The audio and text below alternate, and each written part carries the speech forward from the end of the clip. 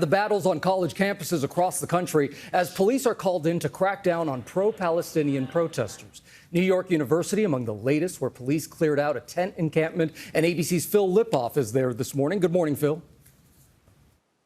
Good morning, Gio. For weeks now, as you know, anger, fear, and uncertainty on college campuses all across this country, including, as you mentioned, NYU here in New York City. Administrators desperately trying to balance free speech with safety.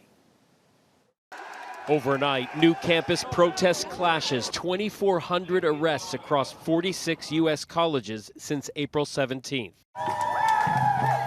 Just outside NYU, hundreds of pro-Palestinian protesters taking to the streets. Our Stephanie Ramos there. I think student movements historically have brought a lot of change. More than 50 arrests made that day after the NYPD cleared out tents at both NYU and the New School. Administrators calling in law enforcement once they say protesters would not budge. They're preventing students from going into their dorms. At Columbia, the NYPD now admitting to an accidental gun discharge while clearing rooms earlier this week. When the sergeant transitioned his firearm to his non-dominant hand, he began to use his dominant hand to gain entry through the window, which is when the unintentional discharge occurred. Police say no one was injured.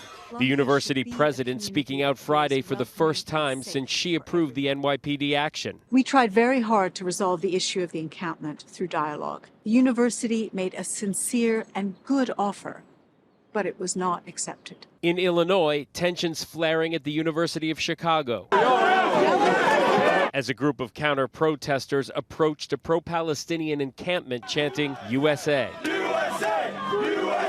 And they don't have a monopoly on our campus or our country.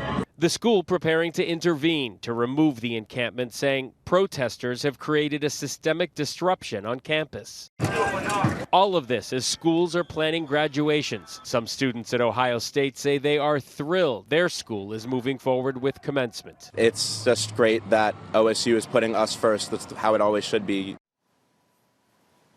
So some protests did end peacefully, like at Northwestern, Brown, and Rutgers. Administrators coming to terms with protesters, curbing the protests in return for a promise of a review of their investments in companies with ties to the Gaza war. Janae? So we've seen some progress on some campuses. Phil, thank you.